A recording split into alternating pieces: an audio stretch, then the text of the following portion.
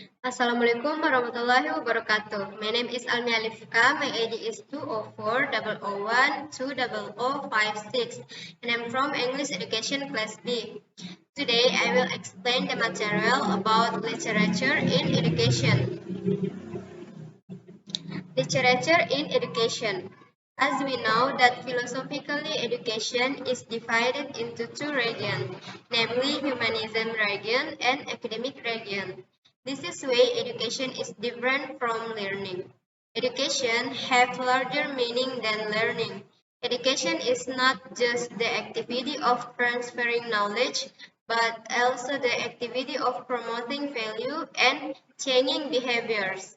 Literature is one of the important parts in education because literature teaches humanism.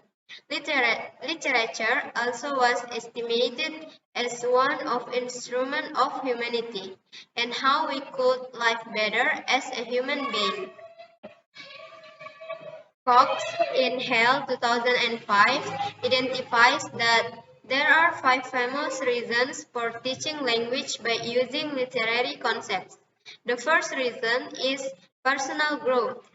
View that this is focused on the child and emphasizes the relationship between language and learning of child individually.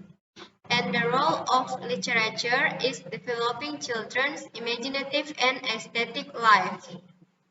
The second reason is cross-curricular, view that focus on child's education as a whole. In this way, language is both subject and medium of instruction. The third reason is adult needs view. This is deal with the responsibility of language teachers to prepare children for the language demands of adult life, including the workplace, in a fast-changing world, so that children need to deal with day-to-day demands of spoken language and print. They also need writing skill to communicate clearly, appropriately, and effectively. The fourth reason is cultural heritage. Cultural heritage view the responsibility of school to lead children to an appreciation of works of literature widely regarded as the finest in the language, which are includes birthright, pleasure, and quality of life. The fifth reason is cultural analysis. Cultural analysis can help towards a critical understanding of the world and cultural environment.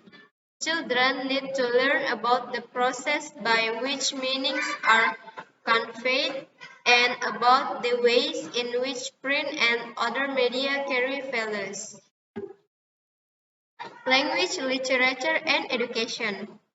Literature does not have a language of its own, but the question is why the language in literature is of great interest to language learners. Paradoxically, the study of literary language has indirectly provoked a better understanding of language and language use as a whole. Just as diverse areas of descriptive linguistics, cognitive linguistics, and discourse analysis have unexpectedly shown us the pervasively poetic and creative nature of everyday language use. Literature is made of from and with ordinary language, which is itself already surprisingly literary. Common sense, nevertheless, traditionally oppose stereotype of literary language to ordinary language. Literary language in this view is flowery, or more positively elevated, universally figurative, often old-fashioned and difficult to understand, and indirect, for example, symbolic. All in all, totally unlike the language we use and encounter in everyday life. Literary curriculum. The literary curriculum Curriculum links to the teaching and learning of literature and how literature has contribution in arranging curriculum in educational construction. Related in the teaching and learning in literature, classic literature was already central to European education when in the 19th century growing nationalist interest and wider numbers entering and continuing education began to lead to emphasis on the importance of national literatures in the official national language being taught. The discipline, which came to be known as English literature, developed recognizably throughout the 19th century, first in India and the imperial colonies, and then in the decision and organization of useful reading and learning for women and working men. The origin and evolution of modern school literary study. Literature that defined a subject of study in the modern era was seen by governors and missionaries who instituted it as moral and religious training for, and sometimes even as a last defense against, the threatening masses. These threatening masses were becoming more powerful in advanced industrial and national world orders with the coming of the grace of democracy and growing literary requirements, increasingly enshrined in obligatory state education system. Literature would offer values and moral training in an age which seemed increasingly need them. Women quickly came to dominate English numerically as students as the subject established at British universities in the early 20th century. Though the teachers remained and largely remained male, especially at higher levels. By the 1980s, English studies were expanding rapidly, but the expansion was only lateral, within the lower levels of the academic hierarchy. Palmer, 1964. From the later 19th century, the state was increasingly central to the study of English in Britain and overseas. As in the case of Matthew Arnold, and literature was conceived as useful reading, especially to inculcate proper, middle-class feelings and sensitivities in those who could not otherwise be relied on to possess them.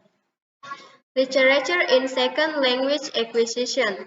Literature is too often viewed by second language educators as a source of activities, as material, with too little concern for the wider curricular issues which can help us understand what is going on when a student reads or fails to read literature. Broadly speaking, literature is typically used in more traditional ways in university foreign language education. Literariness is emphasized and linguistic elements underplayed. In second language teaching situations, where language is required more immediately for communication and at lower schooling levels, literature is more likely to be integrated into a communicative curriculum, where language issues are focused on and difficult or distracting literary features are played down.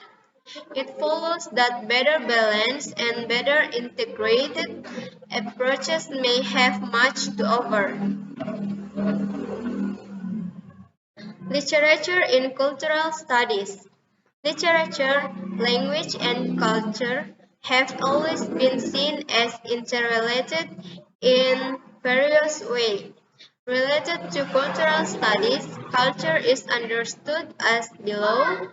Culture is conversation. Raymond Williams. Culture is a verb. Street. To understand is to know how to go on. Wittgenstein. Culture is a historically transmitted semiotic network constructed by humans and which allows them to develop, communicate, and perpetuate their knowledge about the attitudes towards life. Literature was first conceived and taught as offering and privilege and prestigious access to distinct national cultures and language. Literature in education is increasingly conceived and practiced today as some variety of cultural studies, where culture is now thought of as hybrid, contested and in constant reconstruction, and significantly linguistic in its workings. Similarly, language acquisition is increasingly fruitfully viewed as participation under constraint in new cultures. I think that's all. Uh, Wassalamualaikum warahmatullahi wabarakatuh.